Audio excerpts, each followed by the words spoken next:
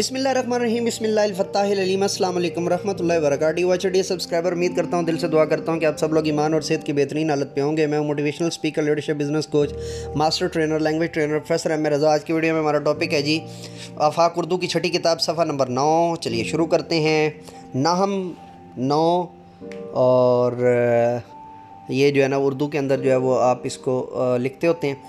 اچھا جی، تیسرا سوال ہے سویم ہوتا ہے اصل لفظ، اور سویمبر سے نکلا ہے۔ نعت کے مطابق درست جواب پر ٹک کا نشان لگائیں جی۔ نبی کریم صلی اللہ علیہ وسلم نے سختیاں برداشت کیں مکہ میں۔ نجاشی حبشہ کا تھا بادشاہ۔ حضرت ابو ذر کا تعلق جو ہے وہ بنو غفار سے۔ نبی کریم صلی اللہ علیہ وسلم نے شکستہ دلوں کو جوڑا محبت سے۔ بدر نام ہے ایک میدان کا۔ اور نعت کے مطابق درست لفظ لگا کر مصر مکمل کیجئے۔ محمد مگر مصطفیٰ بن کے آئے، امیروں کو راز اخوت بتایا، غریبوں کے حاجت روا بن کے آئے۔ وہ مکہ کی سختیاں،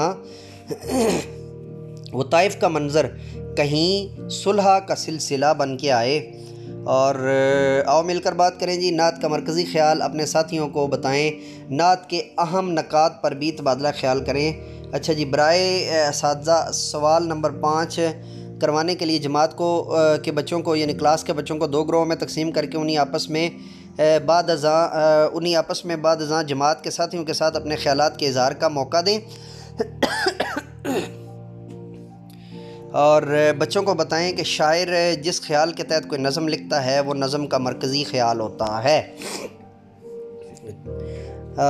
دنیا کی نظم کی صف کے اندر 2 ہی بڑی عظیم نظمیں ہیں، ایک حمد ہوتی ہے اور ایک نعت ہوتی ہے۔